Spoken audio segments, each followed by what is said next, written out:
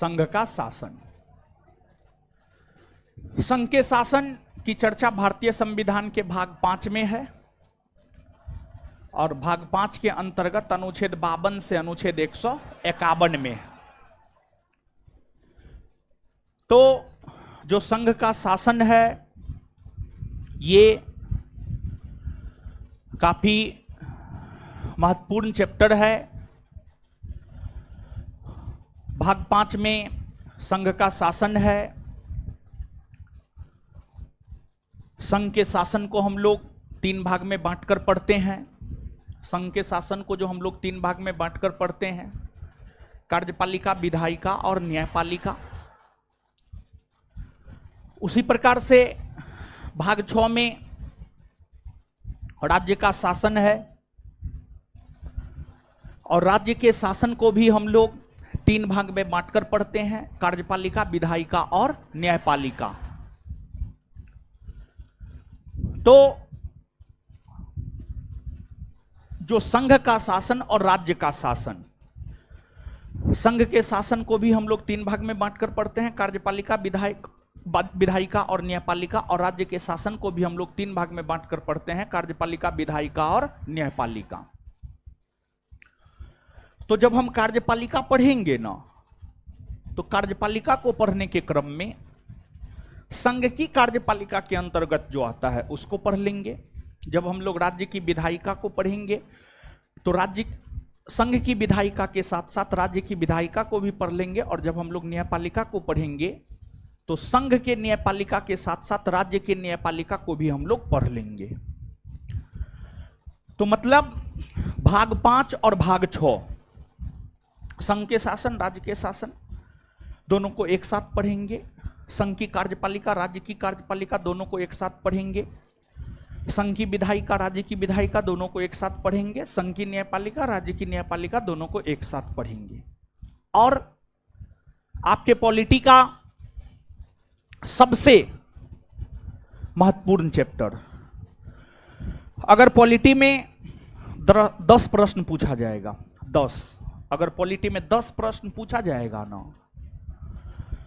तो सिर्फ इस एकमात्र चैप्टर से 4 से 5 प्रश्न पूछे जाएंगे। 4 से 5 प्रश्न। और जब ये चैप्टर खत्म हो जाता है ना, तो हमको लगता है पॉलिटी खत्म हो गया। हम यही मान करके चलते हैं। एग्जाम में वेटेज के दृष्टिकोण से हम बोल रहे हैं, तो इसी वजह से पॉलिटी में इस चैप्टर को खत्म कर देते हैं। उसके बाद ज्योग्राफी के और हम लोग अग्रसर होंगे। और इसका नोट हम आपको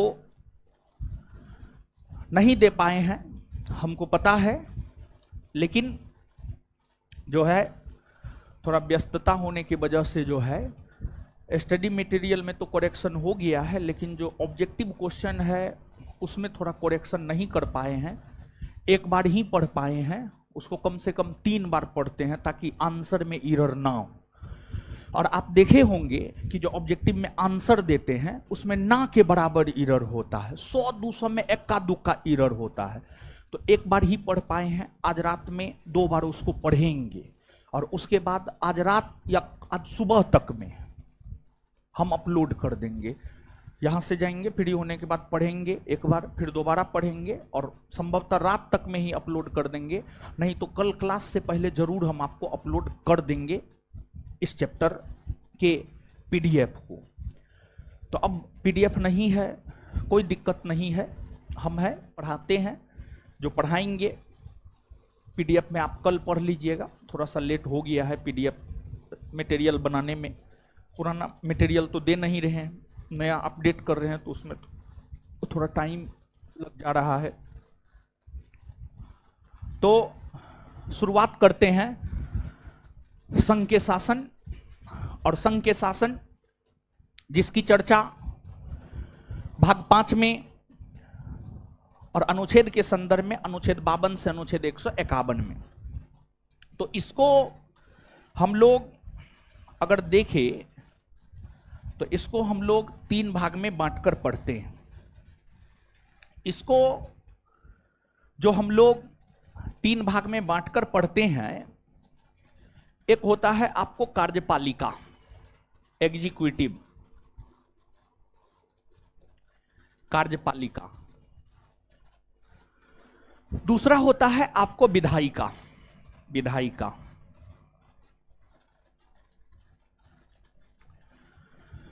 और तीसरा होता है आपको न्यायपालिका, तीसरा होता है आपको न्यायपालिका, जुडिशरी,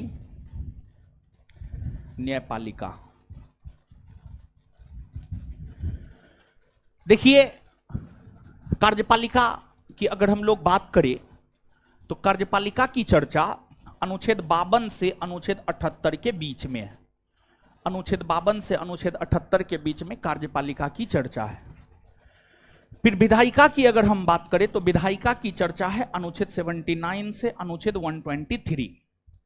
और न्यायपालिका की अगर हम बात करें तो न्यायपालिका की चर्चा है अनुच्छेद 124 से 151, अनुच्छेद 124 से 151। अब यहां पर अगर हम लोग संघ के शासन के अंतर्गत कार्यपालिका की बात करें हम लोग, तो संघ के शासन के अंतर्गत जो कार्यपालिका है, संघ के शासन के अंतर्गत जो कार्यपालिका है, जिसकी चर्चा अनुच्छेद 52 से अनुच्छेद 78 के बीच में है, इसके अंतर्गत हम लोग राष्ट्रपति को पढ़ते हैं। राष्ट्रपति के बाद उपराष्ट्रपति को पढ़ते हैं। उपराष्ट्रपति के बाद प्रधानमंत्री और मंत्रिपरिषद को पढ़ते हैं। प्रधानमंत्री और मंत्रिपरिषद, प्रधानमंत्री और मंत्रिपरिषद को पढ़ते हैं। और फिर महान्यायवादी को पढ़ते हैं, और फिर महान्यायवादी को पढ़ते हैं। ये सभी संघ की कार्यपालिका के अंतर्गत आता है। संघ की कार्यपालिका के अंतर्गत राष्ट्रपति, उपराष्ट्रपति, प्रधानमंत्री और मंत्रिपरिषद और महान्यायवादी आता है। इसमें राष्ट्रपति को जब आप पढ़ेंगे तो अनुच्छेद 52 से 62 तक पढ़ेंगे। फिर उपराष्ट्रपति को आप पढ़ेंगे तो अनुच्छेद 63 से अनुच्छेद 70 तक पढ़ेंगे। फिर प्रधानमंत्री और मंत्रिपरिषद को पढ़ेंगे तो अनुच्छेद 74 और 75 पढ़ेंगे। महान्यायवादी को पढ़ेंगे तो अनुच्छेद 76 आप पढ़ेंगे। तो संघ की कार्यपालिका के अंतर्गत यही सब आता है: राष्ट्रपति, उपराष्ट्रपति, प्रधानमंत्री और मंत्रिपरिषद और महान्यायवादी।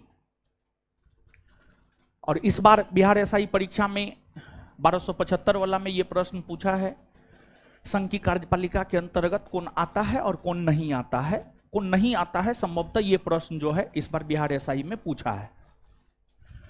इसके बाद आगे विधायिका है। विधायिका की अगर हम बात करें तो विधायिका के अंतर्गत आता है राज्यसभा और लोकसभा। विधायिका के अंतर्गत आता है राज्यसभा और लोकसभा। तो अनुच्छेद 79 से 123 तक को अगर आप पढ़ेंगे तो इसमें आपको राज्यसभा के विषय में पढ़ना है, इसमें आपको लोकसभा के विषय में पढ़ना है। और यहीं पर संसदीय शासन प्रणाली को भी समझना है। भारत ने संसदीय शासन प्रणाली को अपनाया है। संसदीय शासन प्रणाली को भी जो है यहीं पर हमको समझना है, संसदीय शासन प्रणाली को। इसके बाद न्यायपालिका। न्यायपालिका के अंतर्गत आता है भारत का सुप्रीम कोर्ट। भारत का सुप्रीम कोर्ट आता है। और भारत के नियंत्रक एवं महालेखा परीक्षक, भारत के नियंत्रक एवं महालेखा परीक्षक। अनुच्छेद 124 से 147 तक सुप्रीम कोर्ट और 148 से 151 तक भारत के नियंत्रक एवं महालेखा परीक्षक के विषय में हमें जानकारी प्राप्त होती है। तो संघ के शासन के अंतर्गत आप देख सकते हैं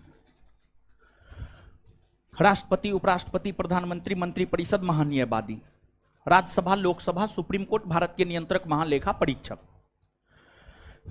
इसी को पढ़ते हुए राज्य के शासन को भी पढ़ेंगे। राज्य के शासन को भी कार्यपालिका, विधायिका, न्यायपालिका 3 भाग में बांटकर पढ़ेंगे। और राज्य के कार्यपालिका के अंतर्गत राज्यपाल, मुख्यमंत्री, मंत्रिपरिषद, महाधिवक्ता आता है। राज्य के विधायिका के अंतर्गत विधानसभा, विधान परिषद आता है। और राज्य के न्यायपालिका के अंतर्गत हाईकोर्ट आता है, अधीनस्थ न्यायालय आता है, ये सब आता है। तो आप देखिए कि संघ के शासन के अंतर्गत ये सब चैप्टर और राज्य के शासन के अंतर्गत कौन कौन चैप्टर पढ़ेंगे वो भी बात हम आपको बता दिए हैं।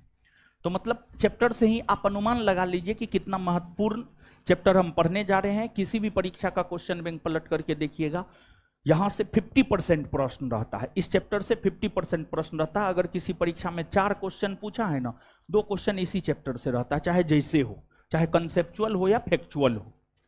समझ गए? तो इसलिए जो चैप्टर आज से शुरू कर रहे हैं, बड़ा चैप्टर है, महत्वपूर्ण चैप्टर है एग्जाम के दृष्टिकोण से भी। समझ गए? तो सबसे पहले कार्यपालिका को हम लोग पढ़ते हैं और कार्यपालिका के अंतर्गत सबसे पहले हम लोग पढ़ते हैं राष्ट्रपति के विषय में। राष्ट्रपति के विषय में सबसे पहले कार्यपालिका को पढ़ेंगे और कार्यपालिका के अंतर्गत सबसे पहले पढ़ेंगे हम लोग राष्ट्रपति के विषय में। राष्ट्रपति यानी प्रेसिडेंट।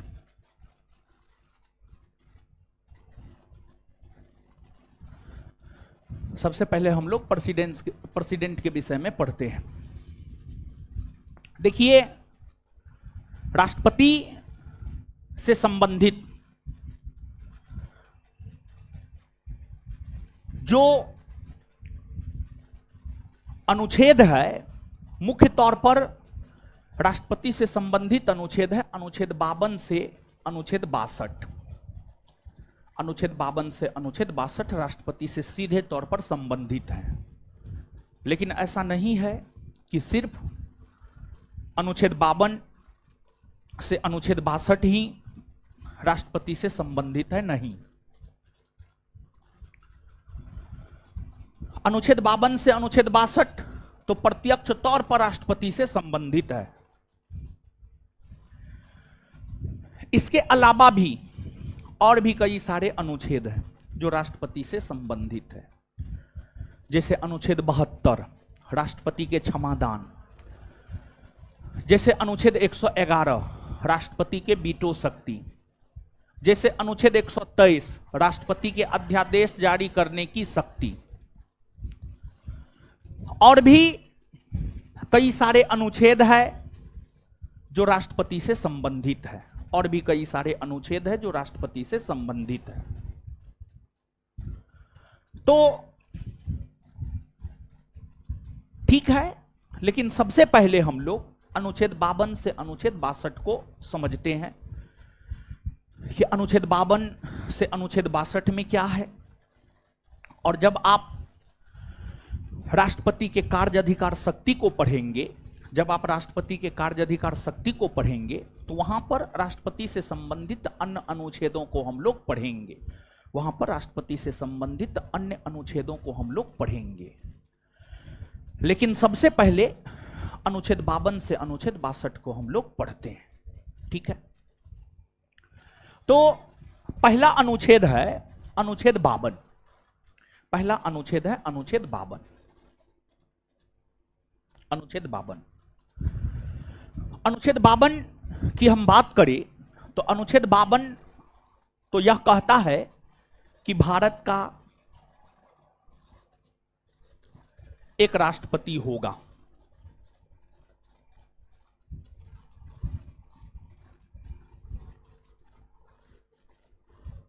भारत का एक राष्ट्रपति होगा। भारत का एक राष्ट्रपति होगा। अनुच्छेद 52 यह कहता है कि भारत का एक राष्ट्रपति होगा। अनुच्छेद 52 जो यह कहता है कि भारत का एक राष्ट्रपति होगा, यह अनुच्छेद इस बात को स्पष्ट करता है कि जो राष्ट्रपति का पद है वह संवैधानिक पद है। अनुच्छेद 52 जो यह कहता है कि भारत का एक राष्ट्रपति होगा, अनुच्छेद 52 जो यह कहता है कि भारत का एक राष्ट्रपति होगा, यह अनुच्छेद इस बात को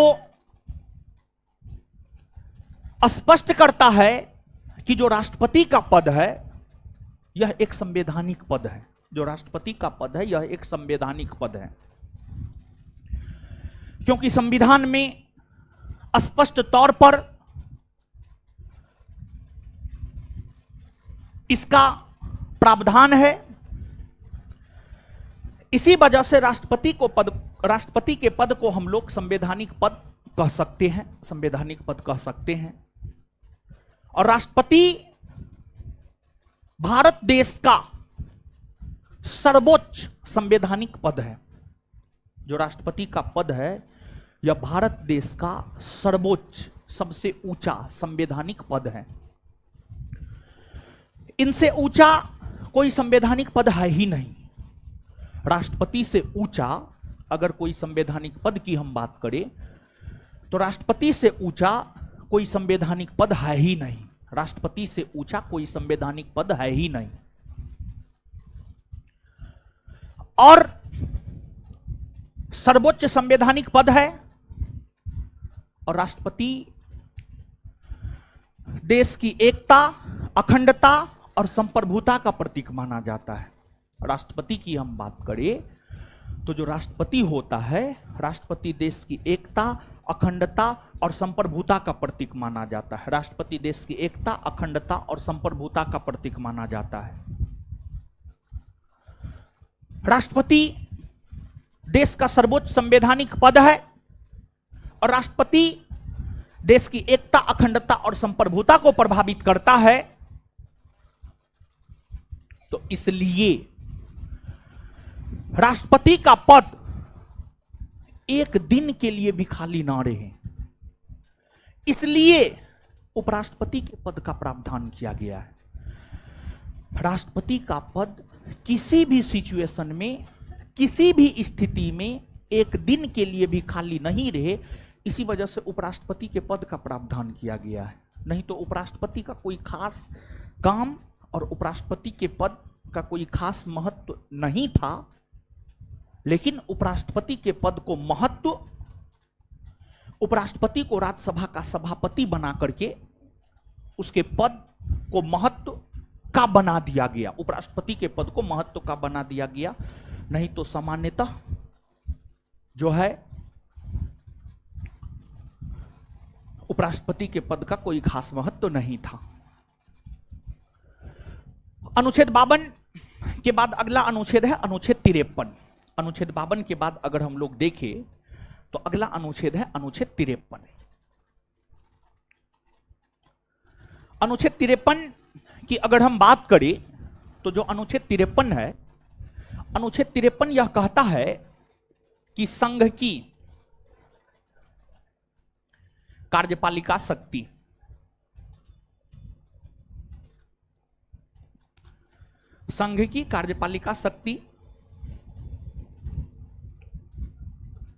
राष्ट्रपति में निहित है।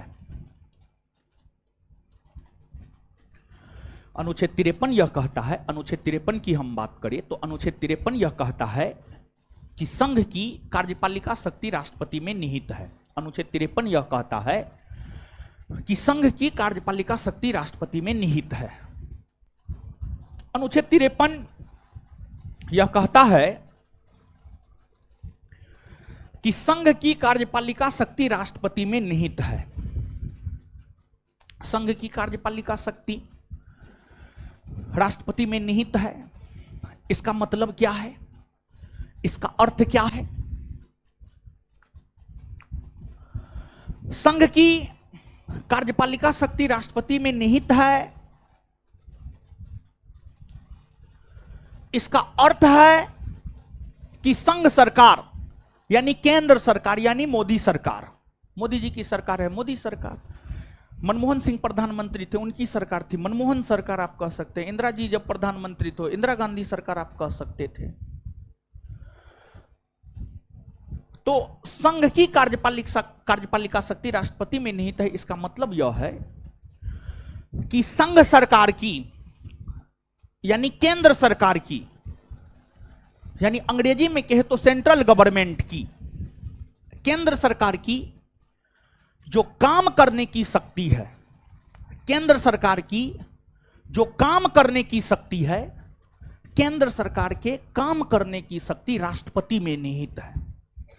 केंद्र सरकार के जो काम करने की शक्ति है केंद्र सरकार के काम करने की शक्ति जो है राष्ट्रपति में निहित है, राष्ट्रपति में निहित है। इसको और सिंपल बनाएं, सरल बनाएं, तो इसका मतलब यह है कि केंद्र सरकार के सभी काम राष्ट्रपति के नाम से होंगे। इसका मतलब यह है कि केंद्र सरकार के सभी काम राष्ट्रपति के नाम से होंगे। अब केंद्र सरकार के सभी काम राष्ट्रपति के नाम से होंगे तो स्वाभाविक सी बात है उस काम को, अब राष्ट्रपति के नाम से काम हो रहे तो उस काम को करेगा कौन? राष्ट्रपति करेगा। अब जैसे मान लिया जाए कि यहां पर हिस्ट्री, पॉलिटी, ज्योग्राफी, करेंट हमारे नाम पे आप आते हैं तो हम पढ़ाते हैं आपको, तो अब राष्ट्रपति के नाम से काम है तो काम को करेंगे राष्ट्रपति। केंद्र सरकार का इतना व्यापक काम है कि राष्ट्रपति सब काम नहीं कर सकते हैं। जैसे मान लिया जाए कि हम ही अपना अभी 2 ब्रांच है, मैनेज हो जाता, 10 ब्रांच खोल दे, सब जगह तो कूद कूद के जाकर के हम नहीं पढ़ा सकते हैं। तो उस स्थिति में हम अपने अधीन कुछ टीचर को करेंगे और उनसे पढ़वाएंगे। तो संघ सरकार के सभी काम राष्ट्रपति के नाम से होते हैं, इसका मतलब यह है। और संघ सरकार का काम इतना व्यापक है कि राष्ट्रपति सब काम को कर ही नहीं सकते। संघ सरकार का, केंद्र सरकार का काम इतना व्यापक है कि हर काम को राष्ट्रपति कर ही नहीं सकते। इसलिए संविधान में यह प्रावधान कर दिया गया है राष्ट्रपति अपना काम स्वयं भी कर सकते हैं जितना उनसे पॉसिबल है। अगर स्वयं नहीं कर पा रहे हैं तो उस स्थिति में अपने अधीनस्थ अधिकारियों से राष्ट्रपति अपना काम करवाएंगे। अपने अधीनस्थ अधिकारियों से राष्ट्रपति अपना काम करवाएंगे। बीपीएससी संभवतः 60 से 62वीं या 63वीं या 64वीं बीपीएससी का यह पूछा हुआ क्वेश्चन है, संभवतः 63वीं का हमको लगता है, एग्जैक्ट ध्यान में नहीं है। तो प्रश्न पूछा है, राष्ट्रपति अपना काम करते हैं स्वयं अपने अधीनस्थ अधिकारियों के माध्यम से, और ऑप्शन ई में था एक से अधिक या इनमें से कोई नहीं। तो इस प्रश्न का उत्तर होता एक से अधिक, क्योंकि एक ऑप्शन में स्वयं था तो राष्ट्रपति अपना काम स्वयं भी करते हैं, एक ऑप्शन में था अपने अधीनस्थ अधिकारियों से करवाते हैं, एक ऑप्शन में यह भी था। तो 5 ऑप्शन था और सबसे लास्ट ऑप्शन में था एक से अधिक या इनमें से कोई नहीं। तो इसका उत्तर हो जाता एक से अधिक। तो राष्ट्रपति अपना काम स्वयं भी करते हैं या अपने अधीनस्थ अधिकारियों के माध्यम से भी करवाते हैं। अनुच्छेद 53 के क्लाउज 1 को अगर आप पढ़ेंगे तो अनुच्छेद 53 का क्लाउज 1 इस बात को काफी स्पष्टता पूर्वक लिखता है कि राष्ट्रपति अपना काम स्वयं अथवा अपने अधीनस्थ अधिकारियों के माध्यम से करवाते हैं। इसका मतलब यही है, इसका मतलब यही है, ये जो अनुच्छेद 53 में हमने आपको लिखा है। फिर इसके बाद आगे है अनुच्छेद 54। अनुच्छेद 54 की अगर हम लोग बात करें तो जो अनुच्छेद 54 है यह हमें राष्ट्रपति के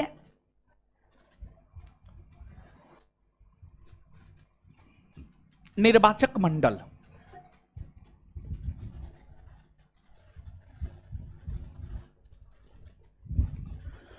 यह अनुच्छेद हमें राष्ट्रपति के निर्वाचक मंडल के विषय में बतलाता है। राष्ट्रपति के निर्वाचक मंडल के विषय में बतलाता है अनुच्छेद 54।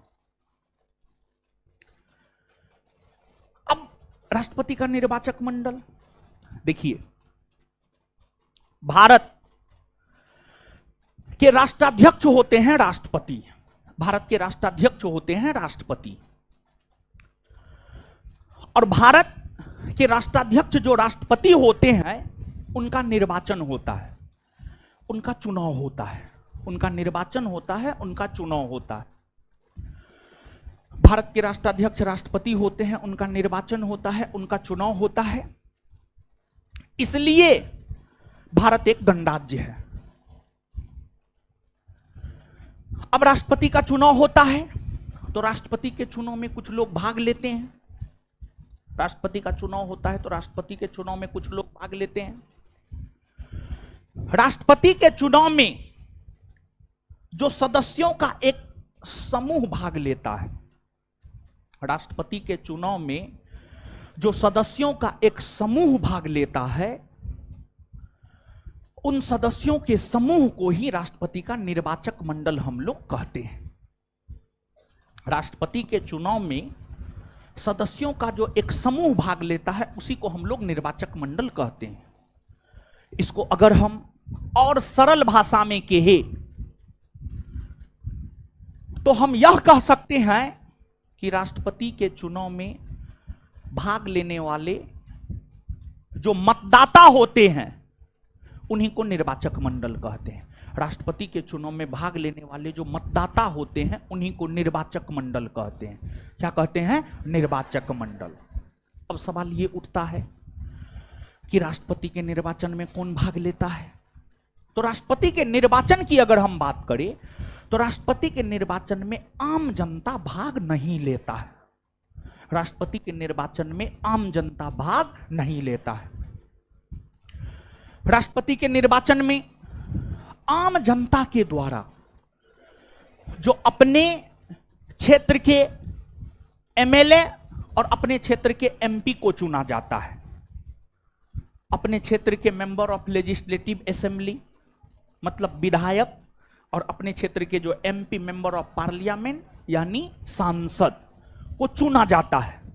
आम जनता अपने क्षेत्र में जो विधायक को चुनता है, एमएलए को चुनता है, और आम जनता जो अपने क्षेत्र में एमपी को चुनता है, मेंबर ऑफ पार्लियामेंट को चुनता है, वही लोग राष्ट्रपति के निर्वाचन में भाग लेते हैं। वही लोग राष्ट्रपति के निर्वाचन में भाग लेते हैं। अब यहां पर ही हम इस बात को स्पष्ट कर देते हैं कि राष्ट्रपति के निर्वाचन में कौन भाग लेता है और कौन भाग नहीं लेता है। राष्ट्रपति के निर्वाचन में कौन भाग लेता है और कौन भाग नहीं लेता है, इस बात को हम आपको यहां पर स्पष्ट कर देते हैं। देखिए, राष्ट्रपति के निर्वाचन यानी चुनाव की अगर हम बात करें तो कौन भाग लेता है और कौन भाग नहीं लेता है।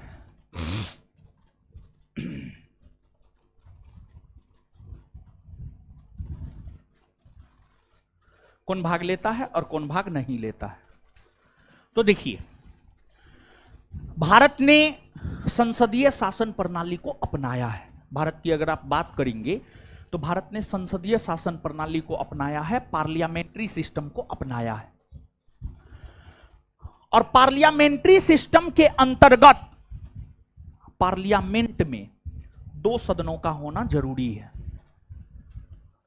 और भारत में पार्लियामेंट्री सिस्टम के अंतर्गत संसद का 2 सदन है, एक है लोकसभा और एक है राज्यसभा।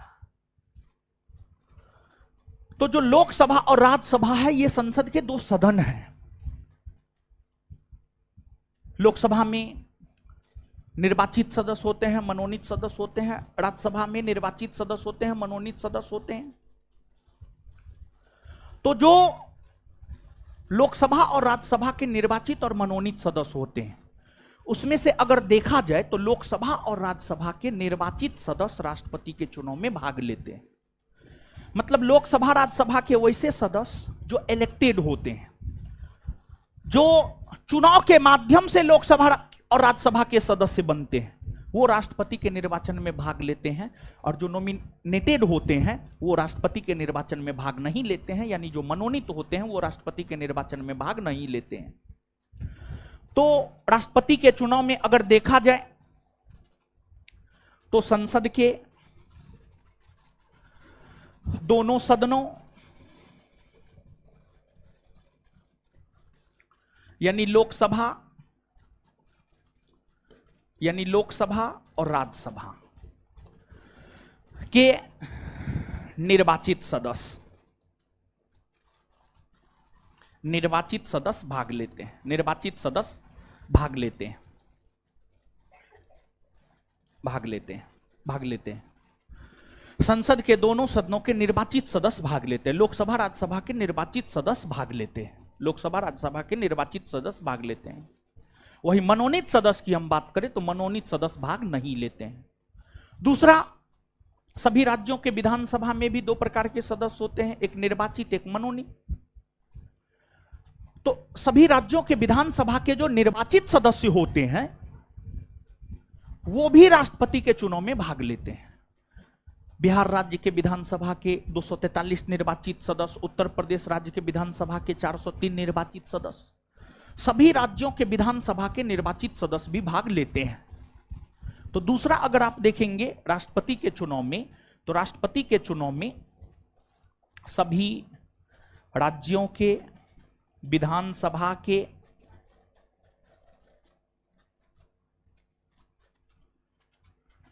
निर्वाचित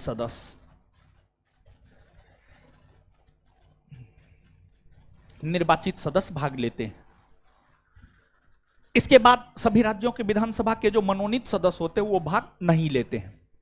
तीसरी बात, भारत की अगर हम लोग बात करें तो भारत में 8 केंद्र शासित प्रदेश है। 8 केंद्र शासित प्रदेश है भारत में। और भारत में जो 8 केंद्र शासित प्रदेश है, 8 केंद्र शासित प्रदेश में से 3 केंद्र शासित प्रदेश ऐसे हैं जहां विधानसभा है। दिल्ली, पुडुचेरी, जम्मू कश्मीर। 8 केंद्र शासित प्रदेश में से 3 केंद्र शासित प्रदेश में जो विधानसभा है, उन 3 केंद्र शासित प्रदेशों के विधानसभा के निर्वाचित सदस्य राष्ट्रपति के चुनाव में भाग लेते हैं। बाद बाकी जो 5 केंद्र शासित प्रदेश जैसे लद्दाख, चंडीगढ़, दादर नगर हवेली, दमन और द्वीप, लक्षद्वीप, अंडमान निकोबार द्वीप समूह है, यहां पर विधानसभा नहीं है। तो यहां के प्रतिनिधि राष्ट्रपति के निर्वाचन में भाग नहीं लेते हैं। यहां के प्रतिनिधि राष्ट्रपति के निर्वाचन में भाग नहीं लेते हैं। यहां के प्रतिनिधि राष्ट्रपति के निर्वाचन में भाग नहीं लेते हैं। लेकिन इन केंद्र शासित प्रदेशों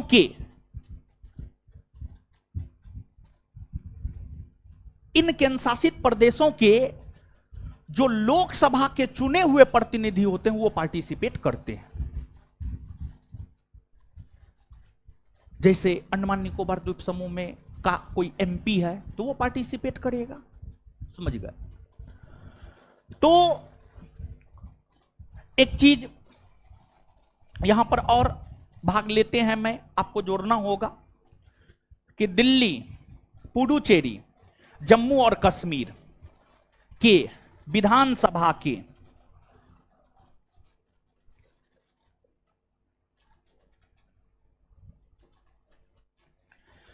के निर्वाचित सदस्य भाग लेते हैं। और इन तीनों केंद्र शासित प्रदेश के विधानसभा में जो मनोनीत सदस्य होते हैं वो भाग नहीं लेते हैं।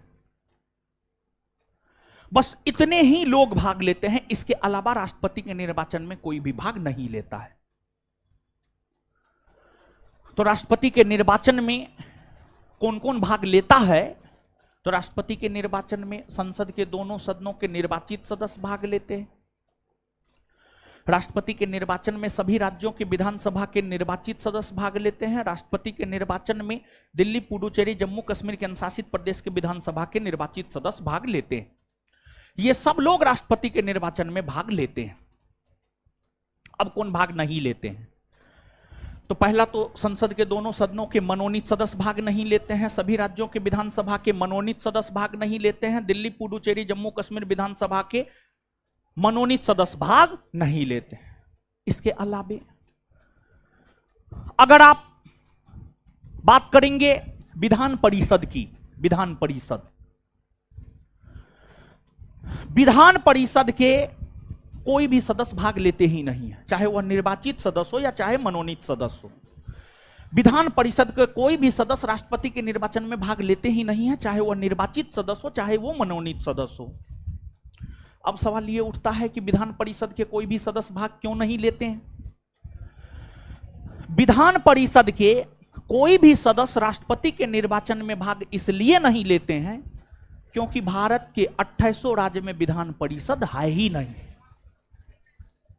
मात्र 6 राज्य में विधान परिषद है, बिहार, उत्तर प्रदेश, महाराष्ट्र, कर्नाटक, आंध्र प्रदेश, तेलंगाना।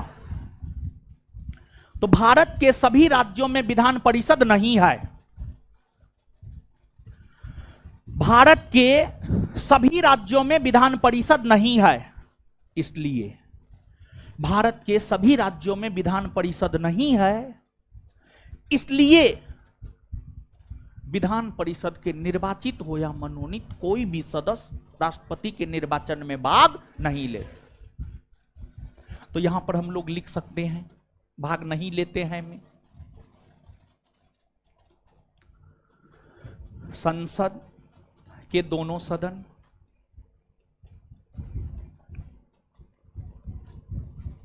यानी लोकसभा और राज्यसभा के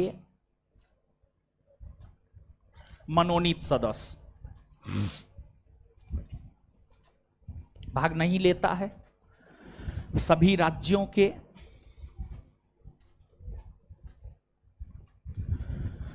विधानसभा के मनोनीत सदस्य,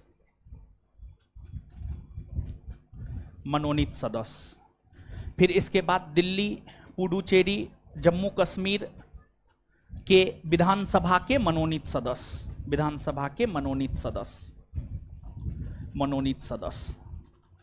विधान परिषद के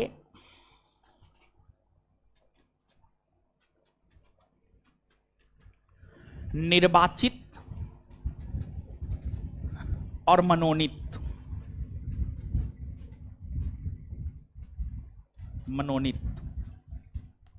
कोई भी सदस्य भाग नहीं लेता है, कोई भी सदस्य भाग नहीं लेता है। तो यहां पर हमने आपको स्पष्ट किया है कि राष्ट्रपति के निर्वाचन में कौन भाग लेते हैं और राष्ट्रपति के निर्वाचन में कौन भाग नहीं लेते। राष्ट्रपति के निर्वाचन में कौन भाग लेते हैं और कौन भाग नहीं लेते, इसको स्पष्टता पूर्वक जो है आपको याद रखना है। ठीक है, काफी क्लियर कट वे में जो है इसको याद रखना है। आइए अब एक बार इतना चीजों को हम लोग याद कर लेते हैं, ठीक है, और इसके बाद जो है पुनः हम लोग आगे बढ़ेंगे।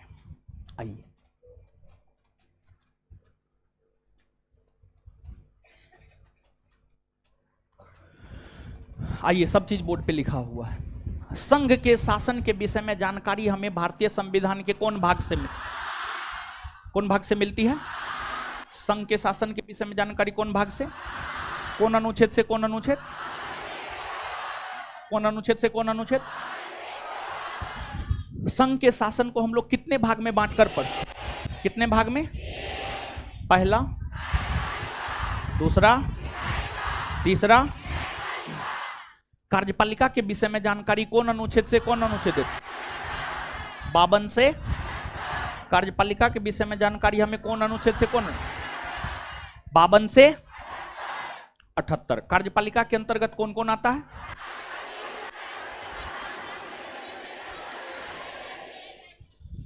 कार्यपालिका के अंतर्गत कौन कौन आता है?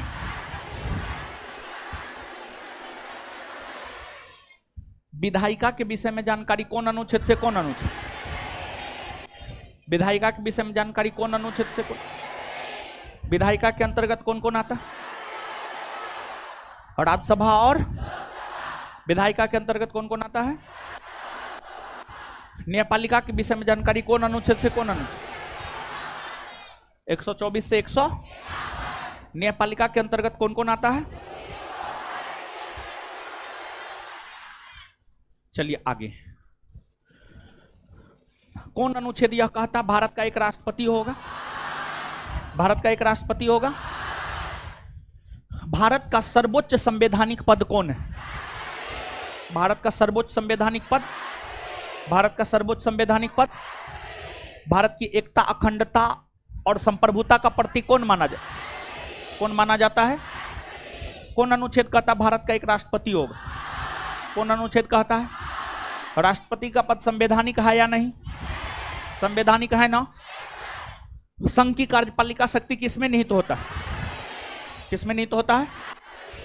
राष्ट्रपति में ना। संघ की कार्यपालिका शक्ति राष्ट्रपति में निहित होता है। ये बात कौन अनुच्छेद कहता है? कौन अनुच्छेद कहता है? कौन अनुच्छेद? राष्ट्रपति अपना काम स्वयं करता है या अपने अधीनस्थ अधिकारी या दोनों? राष्ट्रपति अपना काम करते हैं स्वयं और अपने अधीनस्थ अधिकारियों के माध्यम से। राष्ट्रपति अपना काम करते हैं और राष्ट्रपति अपना काम स्वयं और अपने अधीनस्थ अधिकारियों के माध्यम से करवाते हैं। ये बात हमें अनुच्छेद 53 का क्लाउज 1 बतलाता है। समझ गए? राष्ट्रपति अपना काम स्वयं अथवा अपने अधीनस्थ अधिकारियों के माध्यम से करवाता है। ये जानकारी कौन देता है? कौन देता है? राष्ट्रपति के निर्वाचक मंडल के विषय में जानकारी कौन अनुच्छेद है? कौन अनुच्छेद देता है? राष्ट्रपति के निर्वाचक मंडल के विषय में जानकारी कौन अनुच्छेद देता है? राष्ट्रपति के निर्वाचन में कौन कौन भाग लेता है? उसमें पहला कौन है? संसद के दो सदनों के। दूसरा, तीसरा,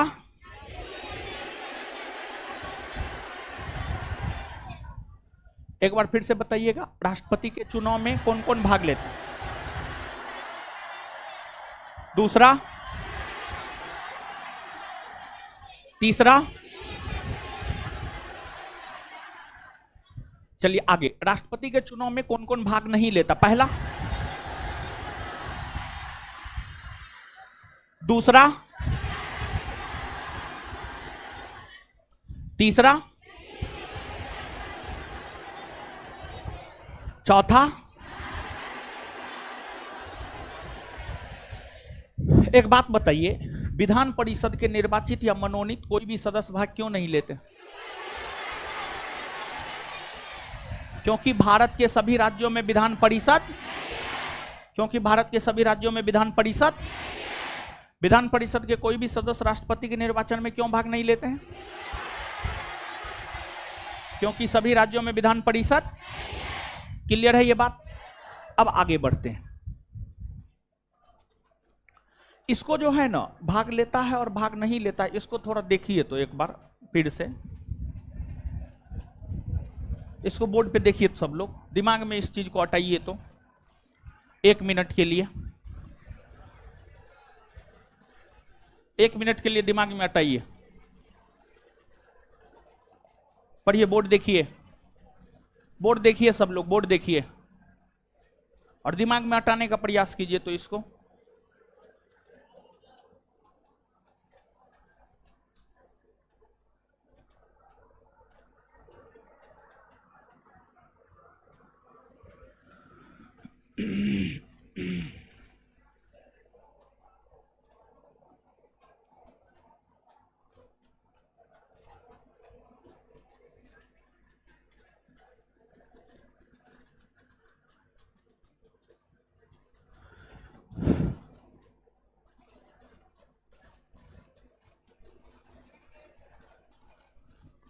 देख लिए। चलिए आगे आते हैं हम।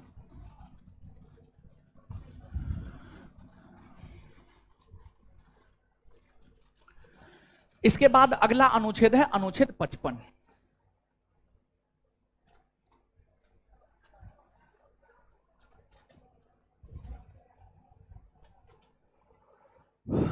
अनुच्छेद 55 देखिए, चुनाव।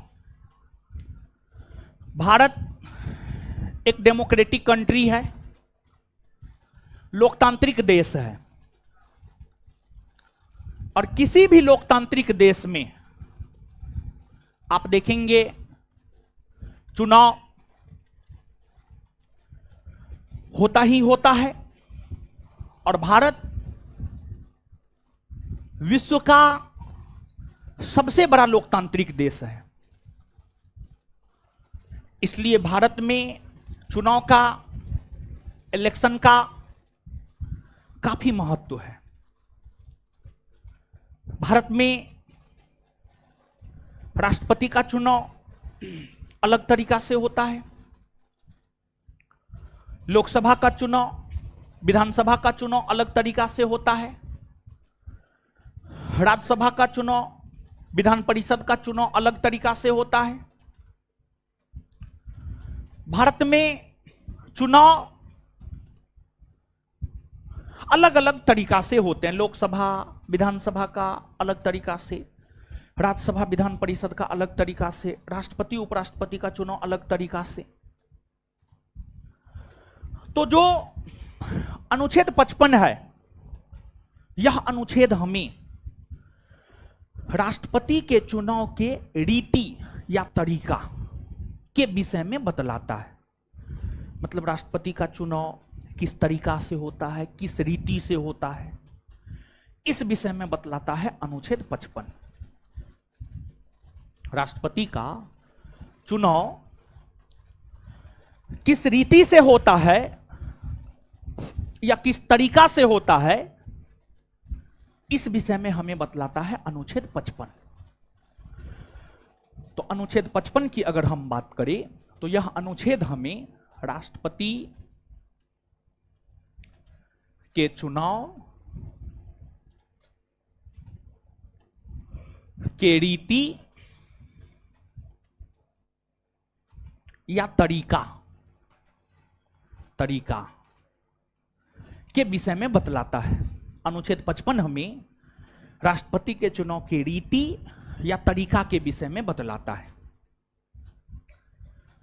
मतलब राष्ट्रपति के चुनाव कैसे होते हैं, इस विषय में बतलाता है। जैसे हिंदू धर्म में विवाह का अलग पद्धति है, इस्लाम धर्म में विवाह का अलग पद्धति है, वैसे ही राष्ट्रपति के चुनाव का अलग पद्धति है, लोकसभा के चुनाव का अलग पद्धति है। तो राष्ट्रपति के चुनाव पद्धति, राष्ट्रपति के चुनाव के तरीका, रीति के विषय में बतलाता है अनुच्छेद 55। और राष्ट्रपति का चुनाव अप्रत्यक्ष होता है और राष्ट्रपति का चुनाव अनुपातिक प्रतिनिधित्व के आधार पर, राष्ट्रपति के चुनाव की रीति या जो तरीका है वह है अनुपातिक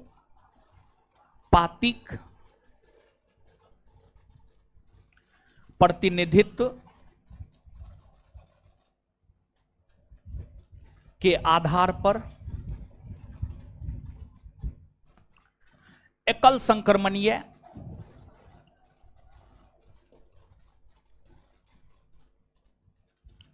मत प्रणाली के द्वारा, एकल संक्रमणीय मत प्रणाली के द्वारा राष्ट्रपति के चुनाव का रीति यही है, तरीका यही है। राष्ट्रपति के चुनाव का जो रीति या तरीका है वह है अनुपातिक प्रतिनिधित्व के आधार पर एकल संक्रमणीय मत प्रणाली। अब यहां पर अनुपातिक प्रतिनिधित्व और एकल संक्रमणीय मत प्रणाली, इन दोनों को हमें समझना है।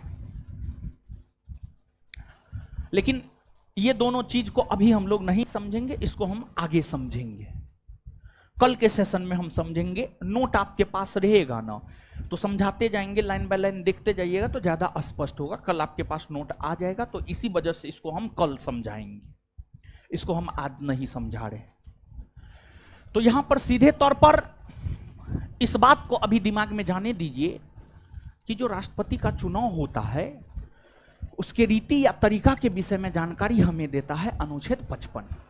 जो राष्ट्रपति का चुनाव होता है या जो राष्ट्रपति का रीति होता है या जो राष्ट्रपति के चुनाव का तरीका है, उस विषय में जानकारी अनुच्छेद 55 देता है। और अनुच्छेद 55 यह कहता है राष्ट्रपति का चुनाव अनुपातिक प्रतिनिधित्व के आधार पर एकल संक्रमणीय मत प्रणाली के द्वारा होता है। अनुच्छेद 55 हमें इस बात की जानकारी देता है। अनुच्छेद 55 के बाद अगला है अनुच्छेद 56। अनुच्छेद 55 के बाद अगर हम लोग देखें तो अगला है आपको अनुच्छेद 56। अनुच्छेद 56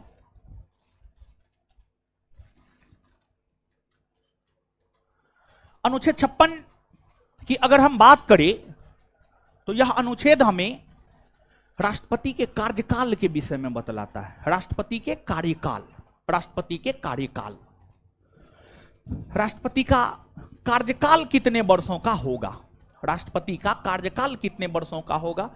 मतलब अगर कोई व्यक्ति एक बार राष्ट्रपति बन गया है तो वह कितना दिन तक बना रहेगा। और भारत की अगर हम लोग बात करें तो भारत एक गणराज्य है। भारत में गणतंत्रात्मक शासन प्रणाली है। यहां पर एक बार जो बन गया वो आगे बने रहेंगे ऐसा नहीं होता है। एक निश्चित टाइम पीरियड है और उस निश्चित टाइम पीरियड के दौरान ही आप पद पर रह सकते हैं। तो राष्ट्रपति का जो कार्यकाल है उसका जो एक निश्चित टाइम पीरियड है उस विषय में बतलाता है हमें अनुच्छेद 56। और अनुच्छेद 56 की हम बात करें तो जो अनुच्छेद 56 है यह अनुच्छेद यह कहता है कि राष्ट्रपति का कार्यकाल उसके शपथ ग्रहण करने की तिथि से, शपथ ग्रहण करने की तिथि से 5 वर्षों का होगा। राष्ट्रपति का कार्यकाल उसके शपथ ग्रहण करने की तिथि से 5 वर्षों का होगा। राष्ट्रपति का कार्यकाल उसके शपथ ग्रहण करने की तिथि से 5 वर्षों का होगा। 5 वर्षों का होगा। 5 अगस्त 2022 को अगर राष्ट्रपति ने शपथ ग्रहण किया है तो 5 अगस्त 2022 से 5 वर्षों तक राष्ट्रपति अपने पद पर बने रहेंगे। और अपने पदावधि के दौरान राष्ट्रपति त्यागपत्र दे सकते हैं। और अपने पदावधि के दौरान राष्ट्रपति त्यागपत्र उपराष्ट्रपति को देकर के अपना पद छोड़ सकते हैं। उनके पदावधि के दौरान, राष्ट्रपति के पदावधि के दौरान उनको महाभियोग प्रक्रिया द्वारा पद से हटाया जा सकता है। उनको महाभियोग प्रक्रिया द्वारा पद से हटाया जा सकता है। इस बात की चर्चा आगे हम आपके साथ करेंगे। तो जो अनुच्छेद 56 है यह अनुच्छेद हमें राष्ट्रपति के कार्यकाल या राष्ट्रपति के पदावधि या राष्ट्रपति के टाइम पीरियड के विषय में बतलाता है। और यह अनुच्छेद हमें यह बतलाता है कि राष्ट्रपति का जो टाइम पीरियड होता है वह उसके शपथ ग्रहण करने की तिथि से 5 वर्षों का होता है। पहले सीधे तौर पर पूछता था राष्ट्रपति का कार्यकाल कितने वर्षों का होता है, 3 वर्ष, 4 वर्ष, 5 वर्ष, 6 वर्ष ऑप्शन में देता था। तो 5 वर्ष हम लोग मार के चलाते थे। अब जो है इसी प्रश्न को थोड़ा सा स्टैंडर्ड बनाया है। राष्ट्रपति का कार्यकाल होता है शपथ ग्रहण से 5 वर्षों का, सीधे तौर पर 5 वर्षों का। ऑप्शन ए में दे देगा 5 वर्षों का, ऑप्शन बी सी डी में देगा शपथ ग्रहण से 5 वर्षों का। तो अगर 5 वर्ष रहे और शपथ ग्रहण से 5 वर्ष रहे तो इसका ऑथेंटिक आंसर हो जाएगा शपथ ग्रहण से 5 वर्ष। शपथ ग्रहण से 5 वर्ष। तो देखना है, हर ऑप्शन को पढ़ना है, समझना है, सुनना है और तब जाकर के आंसर जो है टिक करना है आपको। समझ गए? इसके बाद अगला अनुच्छेद है अनुच्छेद 57। अनुच्छेद 57 की अगर हम लोग बात करें तो जो अनुच्छेद 57 है यह अनुच्छेद हमें राष्ट्रपति के पुनर्निर्वाचन,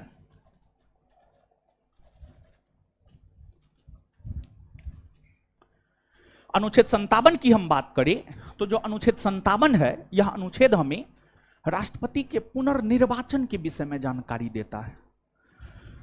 मतलब अगर कोई व्यक्ति एक बार राष्ट्रपति बन गया है तो दोबारा वो राष्ट्रपति बन सकता है या नहीं बन सकता है, इसी की जानकारी देता है हमें अनुच्छेद 57। और अनुच्छेद 57 यह कहता है कि भारत में कोई भी व्यक्ति एक से अधिक बार राष्ट्रपति बन सकता है। या इसको और सरल कहे तो भारत में कोई भी व्यक्ति जितनी बार चाहे उतनी बार राष्ट्रपति बन सकता है। 1 बार, 2 बार, 3 बार, 4 बार, 5 बार, 6 बार, 7 बार, जितनी बार चाहे उतनी बार बन सकता है। संविधान में यह प्रावधान है भारत में कोई व्यक्ति जितनी बार चाहे उतनी बार राष्ट्रपति बन सकता है। लेकिन आज तक सिर्फ एक राजेंद्र प्रसाद 2 बार राष्ट्रपति बने हैं। उनके अलावा कोई भी 2 बार राष्ट्रपति नहीं बने। एक बार हुआ क्या था, 1947 से लेकर 1964 तक पंडित नेहरू प्रधानमंत्री रहे हैं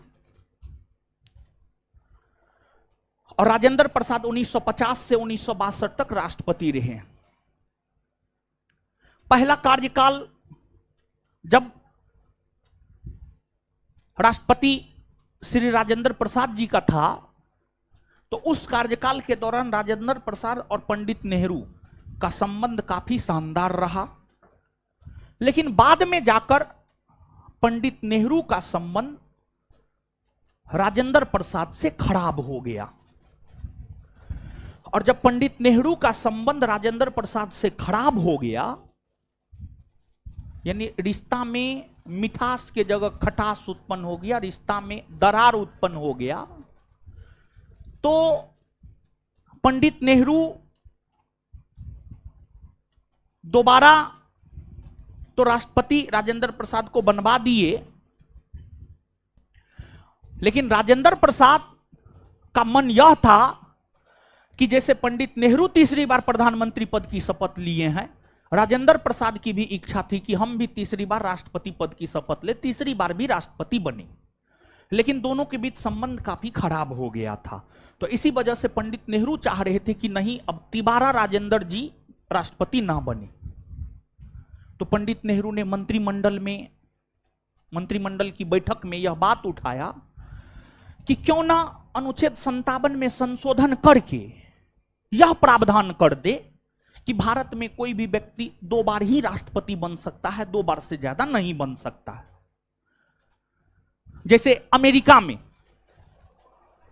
कोई भी व्यक्ति 2 बार ही राष्ट्रपति बन सकता है, 2 बार से ज्यादा अमेरिका में कोई भी व्यक्ति राष्ट्रपति नहीं बन सकता है।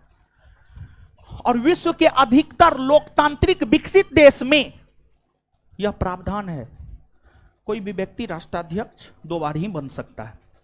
2 टाइम पीरियड में उसके पास जो भी नॉलेज होता है, जो भी उसको करना होता है, वो कर देता है। तीसरा कार्यकाल में काम नहीं करता है। मोदी जी का तीसरा कार्यकाल खत्म होने न दीजिए। 2 कार्यकाल तक जितने शानदार प्रधानमंत्री के तौर पर मोदी जी को हम लोग याद करते थे, उनके तीसरे कार्यकाल के बाद उनको उनकी नाकामी के लिए हम लोग याद करेंगे। आप देख लीजिएगा, समझ गए। अच्छा काम कर दे तो और अच्छी बात है, देश का विकास होगा। हम लोगों को इससे ज्यादा और चाहिए क्या, समझे। तो जैसे नीतीश जी 5 से बने हुए हैं, पहला कार्यकाल के बाद कोई काम किए, चल रहा है जैसे तैसे, समझे। तो ठीक है, 2 कार्यकाल ठीक है। देखिए, आप लोग जो है अंधभक्त बन जाते हैं किसी का, मोदी जी का अंधभक्त बन जाते हैं, राहुल गांधी आएगा उसका अंधभक्त बन जाइएगा, नीतीश जी का अंधभक्त बन जाइएगा, या किसी का भी अंधभक्त तो एकदम बनना ही नहीं चाहिए, समझ गए। तो 2 कार्यकाल सफिशिएंट है। और जो है, अब यहां पर सुनिएगा, तो पंडित नेहरू मंत्रिमंडल में यह बात उठाए कि जो है अनुच्छेद 57 में संशोधन करके ये प्रावधान कर देंगे कि कोई भी व्यक्ति 2 बार ही राष्ट्रपति बन सकता है। तो यह बात कानो कान राजेंद्र प्रसाद जी के पास पहुंचा।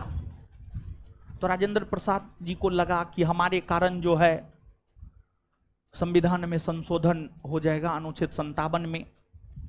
तो राजेंद्र प्रसाद जी मीडिया में आकर के बयान दे दिए कि अब हमको राष्ट्रपति बनने का इच्छा नहीं, हम तीसरा बार राष्ट्रपति नहीं बनेंगे। पंडित नेहरू चाह ही रहे थे ऐसा कि राजेंद्र प्रसाद घोषणा कर दे, और राजेंद्र प्रसाद घोषणा कर दिए। फिर अनुच्छेद 57 में संशोधन होने से बचा। अमेरिका में कोई भी राष्ट्रपति 2 बार ही बन सकता, 2 से ज्यादा बार नहीं। और अमेरिकी राष्ट्रपति का जो कार्यकाल होता है 4 वर्षों का होता है। जैसे भारत में राष्ट्रपति का कार्यकाल शपथ ग्रहण करने की तिथि से 5 वर्षों का होता है, वैसे ही अमेरिका में राष्ट्रपति का कार्यकाल होता है 4 वर्षों का, समझ गए। तो अब आइए इतना हम लोग याद कर लेते हैं, फिर आगे बढ़ेंगे।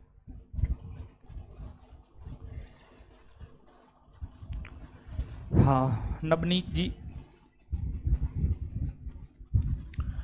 राष्ट्रपति के निर्वाचन में मुख्यमंत्री भाग लेता है या नहीं? सुनिए,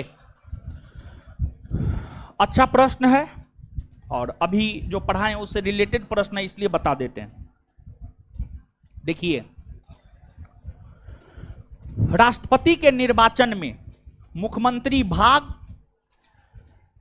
ले भी सकता है और नहीं भी ले सकता है।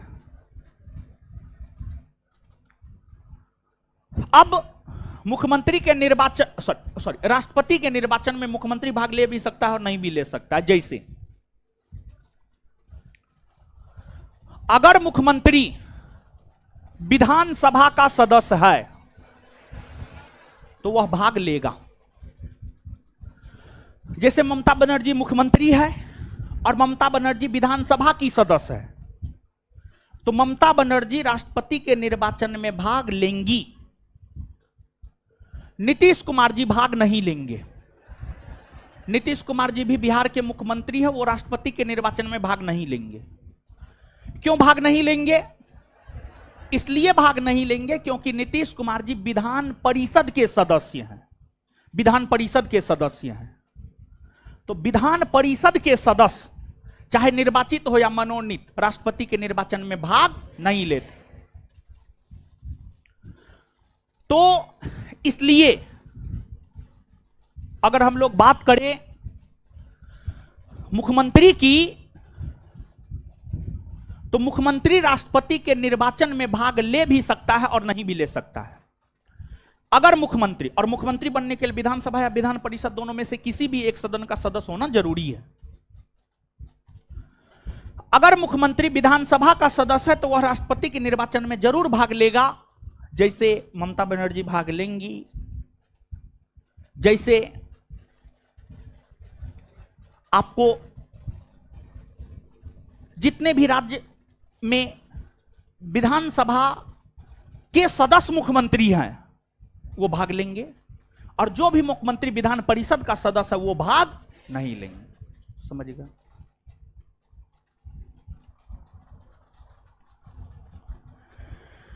राष्ट्रपति का अगर कार्यक्रम में मृत्यु हो जाए तो राष्ट्रपति बनने के लिए बच्चे कार्यकाल के आएंगे या फिर से शपथ ग्रहण करेंगे?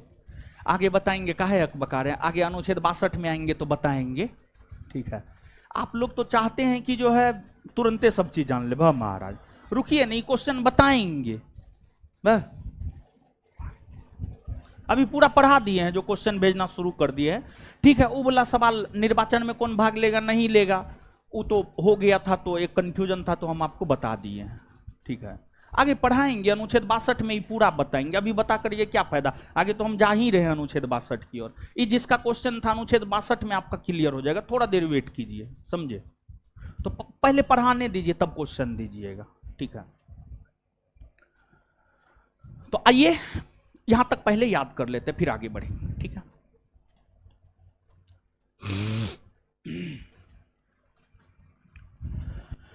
राष्ट्रपति के निर्वाचन के रीति या तरीका के विषय में जानकारी कौन अनुच्छेद है? राष्ट्रपति के चुनाव के रीति या तरीका के विषय में जानकारी कौन अनुच्छेद देता? कौन अनुच्छेद देता है? अनुच्छेद। राष्ट्रपति का चुनाव किस रीति या तरीका से होता है?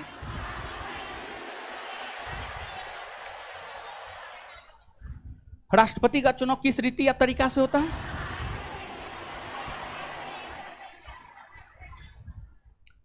कौन अनुच्छेद हमें राष्ट्रपति के कार्यकाल के विषय में जानकारी देता? कौन अनुच्छेद हमें राष्ट्रपति के कार्यकाल के विषय में जानकारी? अनुच्छेद। राष्ट्रपति का कार्यकाल कितने वर्षों का होता? कब से 5 वर्ष? शपथ ग्रहण से। शपथ ग्रहण से। राष्ट्रपति के पुनर्निर्वाचन के विषय में जानकारी कौन अनुच्छेद देता है? कौन अनुच्छेद देता है? भारत में कोई भी व्यक्ति कितनी बार राष्ट्रपति बन सकता? जितनी बार चाहे, जितनी बार चाहे या अनेकों बार? जितनी बार चाहे उतने बार या? इसके बाद आगे बतलाइएगा कि अमेरिका में कोई व्यक्ति कितनी बार राष्ट्रपति बन? कितनी बार? 2 बार ना। अमेरिका के राष्ट्रपति का कार्यकाल कितने वर्षों का?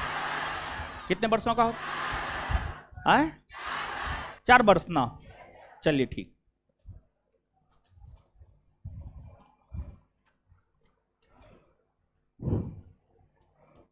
अनुच्छेद 58,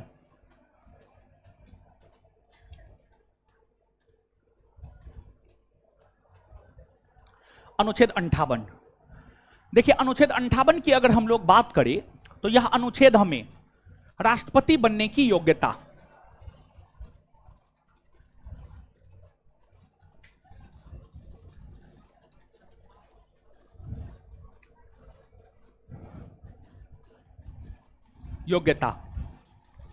अनुच्छेद 55 हमें राष्ट्रपति बनने की योग्यता के विषय, अनुच्छेद 58 हमें, अनुच्छेद 58 हमें राष्ट्रपति बनने की योग्यता के विषय में बतलाता है।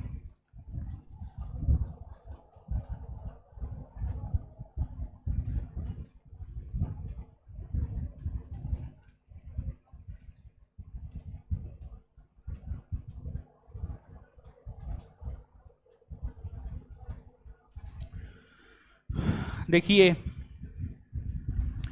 एम लक्ष्मीकांत 7वां संस्करण में राष्ट्रपति के चुनाव में केंद्र शासित प्रदेश जम्मू कश्मीर भाग नहीं लेता है, कृपा कर इस बारे में थोड़ा समझा दीजिए। देखिए सुनिए, देखिए पीयूष कुमार, हाँ कौन है पीयूष? खड़ा हो जाइए, थोड़ा चेहरा दिखाइए।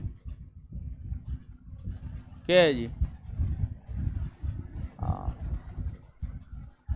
चलिए सुनिए समझिए।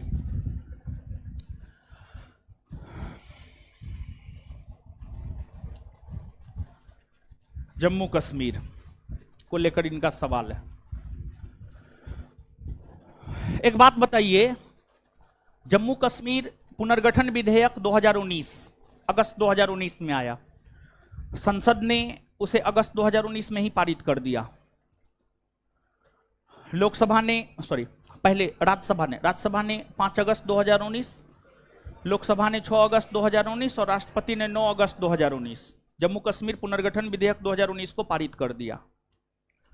और जम्मू कश्मीर पुनर्गठन विधेयक 2019 में यह बात स्पष्ट किया गया है कि इस विधेयक के तहत जम्मू कश्मीर से राज्य का दर्जा छीना जा रहा है और जम्मू कश्मीर को 2 केंद्र शासित प्रदेश जम्मू कश्मीर और लद्दाख में बांटा जा रहा है, जिसमें जम्मू कश्मीर केंद्र शासित प्रदेश में विधानसभा होगा और लद्दाख में विधानसभा नहीं होगा। तो जम्मू कश्मीर पुनर्गठन विधेयक 2019 में यह प्रावधान किया गया है कि जम्मू कश्मीर को 2 केंद्र शासित प्रदेश जम्मू कश्मीर और लद्दाख में बांटा जा रहा है। लद्दाख में विधानसभा नहीं होगा, जम्मू कश्मीर में विधानसभा होगा।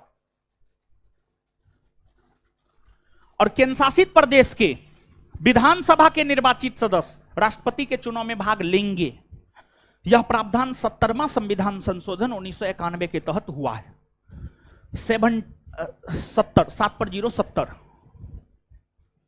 70वां संविधान संशोधन 1991 के तहत यह प्रावधान किया गया है कि उस समय 2 केंद्र शासित प्रदेश में विधानसभा था, दिल्ली और पुडुचेरी।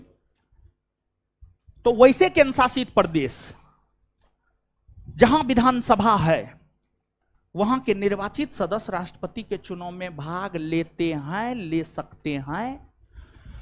जम्मू कश्मीर केंद्र शासित प्रदेश के विधानसभा में चुनाव नहीं हुआ है, लेकिन जो है आपको जम्मू कश्मीर केंद्र शासित प्रदेश के विधानसभा में चुनाव अब होने हैं। अब चुनाव होने हैं, निर्वाचन आयोग देख रहे हैं जो है सुगबुगाहट है जम्मू कश्मीर विधानसभा में चुनाव को लेकर।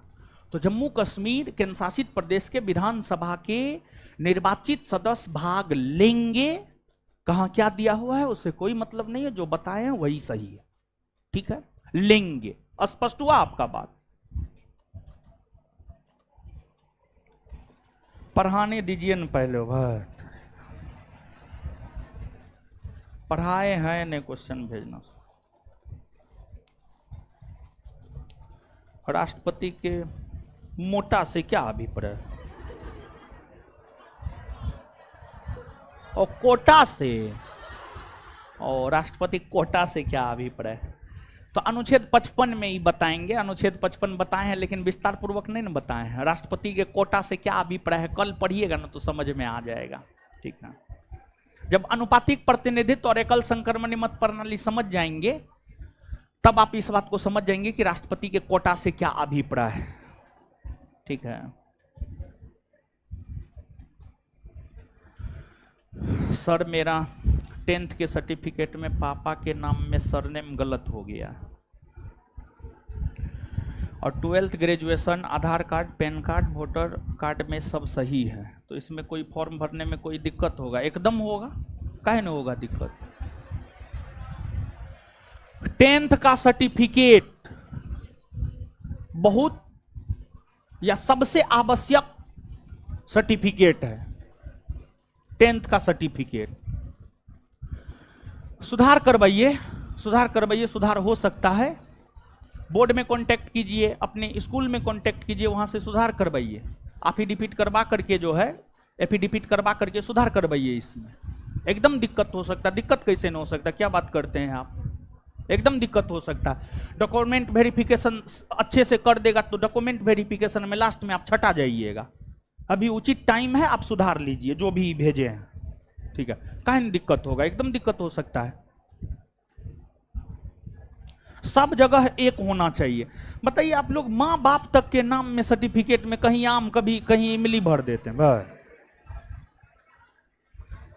चलिए अब आगे आइए, समझिए। शांति शांति शांति शांति। अनुच्छेद 58, अनुच्छेद 58 हमें राष्ट्रपति बनने की योग्यता के विषय में जानकारी देता है। देखिए, जैसे बिहार पुलिस बनने की योग्यता है, इंटरमीडिएट आप होनी चाहिए। बिहार एसआई बनने की योग्यता है, आप ग्रेजुएट होनी चाहिए, होने चाहिए या होनी चाहिए। तो हर कुछ की योग्यता, राष्ट्रपति बनने की अपनी एक अलग योग्यता है, उपराष्ट्रपति बनने की अलग एक योग्यता है, लोकसभा सदस्य बनने की अलग योग्यता है, राज्यसभा सदस्य बनने की अलग योग्यता है, विधानसभा विधान परिषद सदस्य बनने की अलग योग्यता है। वैसे ही जो अनुच्छेद 58 है, अनुच्छेद 58 हमें राष्ट्रपति बनने की योग्यता के विषय में बतलाता है कि राष्ट्रपति बनने की क्या योग्यता है। अब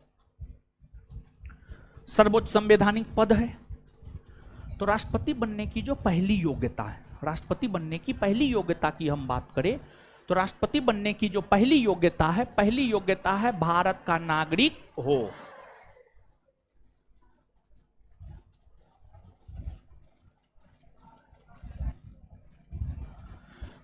पहली योग्यता है भारत का नागरिक हो, भारत का नागरिक हो।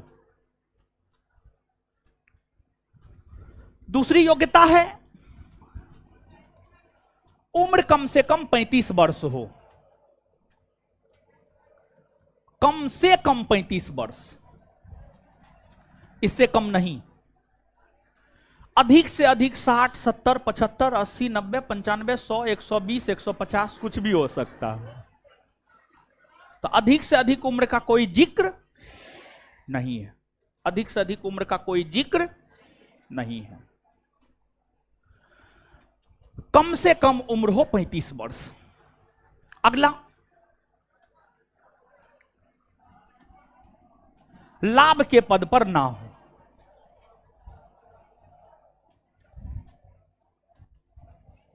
ना हो।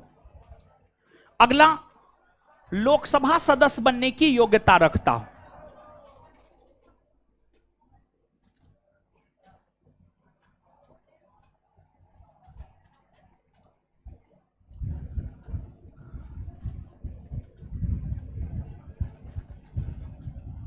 लोकसभा सदस्य बनने की योग्यता रखता हो। यहां पर ध्यान देने वाली बात है, यहां पर हम यह नहीं कह रहे हैं कि लोकसभा का सदस्य हो, यह बात हम नहीं कह रहे हैं। लोकसभा का सदस्य हो यह नहीं है योग्यता, लोकसभा के सदस्य बनने की योग्यता रखता हो, मतलब उसमें यह योग्यता हो कि वो लोकसभा का भी सदस्य बन सकता है, इस योग्य वो हो कि वो लोकसभा का सदस्य भी बन सकता है। लोकसभा का सदस्य हो ये कोई जरूरी नहीं है, लेकिन योग्यता उसमें होनी चाहिए। और पागल या दिवालिया ना हो, पागल या दिवालिया ना हो। और पढ़ा लिखा हो यह कोई जरूरी नहीं है।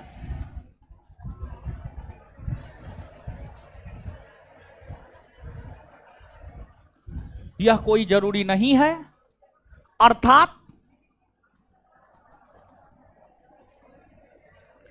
पढ़ा लिखा नहीं हो, नहीं हो। पढ़ा लिखा हो यह कोई जरूरी नहीं है। बताइए, मतलब सबसे बड़ा संवैधानिक पद है और उसके लिए पढ़ा लिखा हो कोई जरूरी, ये तो नाइंसाफी है। तो यहां पर जो है अब होना चाहिए कि पढ़ा लिखा और अच्छे पढ़े लिखे हो, समझ गए, जिनको अर्थव्यवस्था, प्रशासन,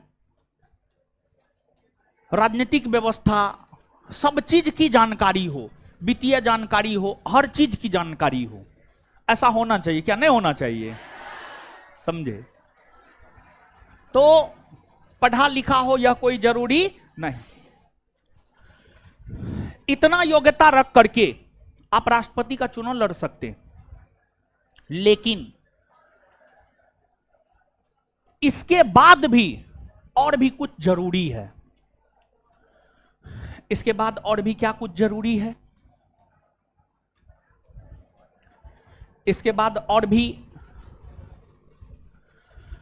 यह जरूरी है कि आपके पास 50 प्रस्तावक और 50 अनुमोदक हो। आपके पास 50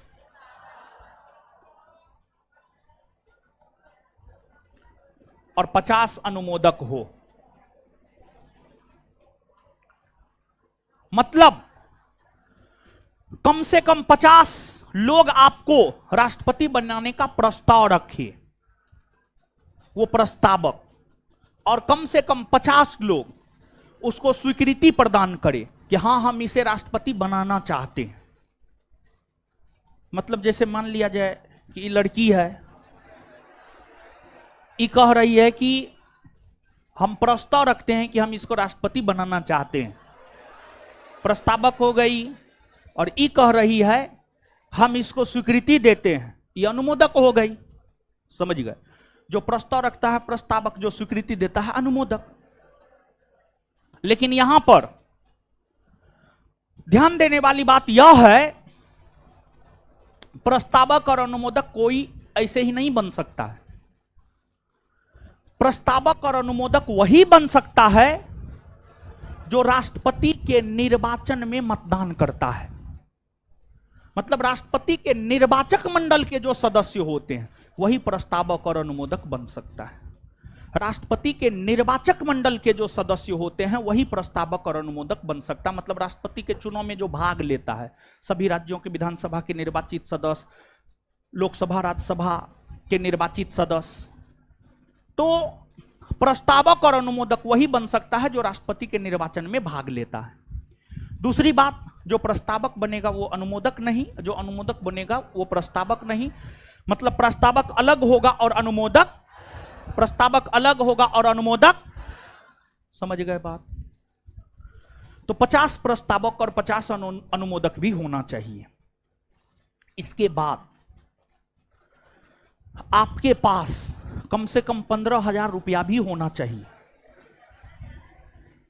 जब आप राष्ट्रपति का चुनाव लड़ते हैं तो कुछ राशि आरबीआई में या भारत सरकार के सरकारी खजाना में, आरबीआई में, रिजर्व बैंक ऑफ इंडिया में या भारत सरकार के सरकारी खजाना में आपको जमा करना होता है 15,000 राशि। और वो होता है जमानत की राशि, वो होता है आपको जमानत की राशि, जमानत की राशि। और जमानत की राशि होता है 15,000। 15,000। और अगर कोई उम्मीदवार है, बात क्या कर रहे हैं, समझा रहे हैं, समझिए आराम से, अकबकाने का है लगते हैं। अगर कोई उम्मीदवार राष्ट्रपति के चुनाव में भाग ले रहा है तो उसे 15,000 रुपया जमानत की राशि के तौर पर जमा करना होता है। 15,000 रुपया जमानत की राशि के तौर पर जमा करना होता है। चुनाव में मतदान होता है, मतदान के बाद मतगणना होती है। मतगणना में यह देखा जाता है कि उम्मीदवार ने कुल पड़े वैलिड मतों का, वैध मतों का 1/6 भाग हासिल किया है या नहीं किया है। अगर कोई उम्मीदवार कुल पड़े वैध मतों का 1/6 भाग हासिल नहीं करता है तो उसकी राशि जब्त कर ली जाती है और इसी को कहा जाता है जमानत की राशि जब्त हो गई। इसी को कहा जाता है जमानत की राशि जब्त हो गई। और अगर कोई उम्मीदवार कुल पड़े वैध मतों का 1/6 भाग हासिल कर लिया और चुनाव हार भी गया तो उसकी राशि वापस लौटा दी जाती है, मतलब उसका इज्जत बच जाता है। और वार्ड पार्षद से लेकर के राष्ट्रपति के चुनाव तक में जमानत की राशि निर्धारित है। और वार्ड पार्षद से लेकर के राष्ट्रपति के चुनाव तक में कुल पड़े वैध मतों का 1/6 भाग हासिल करना जरूरी है। अगर नहीं करते हैं तो आपकी राशि जब्त कर ली जाती है और उसी को कहा जाता है जमानत की राशि भी जब्त हो गई। बात समझे? ये सब है राष्ट्रपति बनने की योग्यता। तो एक बार जो है इसको देखिए, फिर हम आपको याद करवाएंगे। पूरा बोर्ड पे जो है एक जगह हम सब चीज को कर देते हैं। इसको देखिए, और छोटा करना पड़ेगा। अब इतना ना छोटा हो जाए कि आपको दिखाइए ना दे रहा है दिखाई। इसको देखिए, देख लिए सब लोग। तो राष्ट्रपति बनने के लिए उम्र कम से कम कितना बरस? कितना बरस? कौन सदस्य के सदस्य बनने की योग्यता होने? कौन सदस्य? कितने प्रस्तावक, कितने अनुमोदक? जमानत की राशि कुल पड़े वैध मतों का कितना? 1/, चलिए ठीक।